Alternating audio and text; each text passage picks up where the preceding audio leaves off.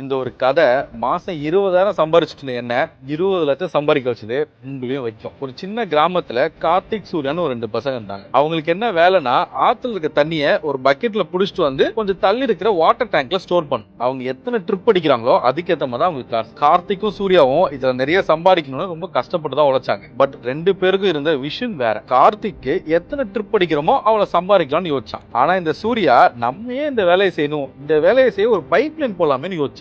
Short பீரியட்ல மட்டும் அவங்க சொன்ன வேலையை செஞ்சு அதுல வர காசை வச்சு ஒரு பைப் லைன் போட இன்வெஸ்ட் பண்றான். அந்த சூர்யா இப்படிலாம் பண்றதை பார்த்து எல்லாரும் இலக்காரமா சிரிக்க ஆரம்பிச்சிட்டாங்க. இதுக்கு மீன் டைம்ல கார்த்தி பயங்கரமா ஹார்ட் ஒர்க் பண்ணி செமையா சம்பாதிச்சிட்டு இருக்கான். ஆனா ஆஃப்டர் 6 months ஹார்ட் ஒர்க் பண்ண கார்த்தி அவன் முதுகு கிழிஞ்சும் காசுக்காக ஓடிட்டே இருக்கான். ஆனா நம்ம சூர்யா பைப் லைனை முடிச்சு ரிவர்ல இருந்து டேங்க் வரைக்கும் ஒரு பைப் லைன் கனெக்ஷனே கொடுத்துட்டாரு. இதனால அவன் மூச்சு விடும் போதும் தூங்கும் போது கூட பைப் லைன்ல தண்ணி போயிட்டே இருக்கு அண்ட் காசும் வந்துகிட்டே இருக்கு. இந்த ஒரு விஷயம் சூர்யாவோட வாழ்க்கையவே மாத்திருச்சு. இதை நான் ஏன் சொல்றேன்னா கார்த்திக் அண்ட் சூர்யா 2 பேருமே ஹார்ட் ஒர்க் தான் பண்ணாங்க. ஆனா சூர்யா மட்டும் அவனோட ஹார்ட் ஒர்க்கை ஸ்மார்ட் ஒர்க்கா மாத்தணும்னு நினைச்சனால பணத்துக்காக உழைக்கிறவங்க மத்தியில இவனுக்காக பணத்தையே உழைக்க வச்சான். இந்த மாரல் ஆஃப் த ஸ்டோரி என்னன்னா, காசுக்காக நீங்க உழைச்சிட்டே இருந்தீங்கன்னா கார்த்தி மாதிரி ஒரே இடத்துல நின்றுடுவீங்க. அதே காசை உங்களுக்காக உழைக்க வைக்கணும்னு ட்ரை பண்ணீங்கன்னா சூர்யா மாதிரி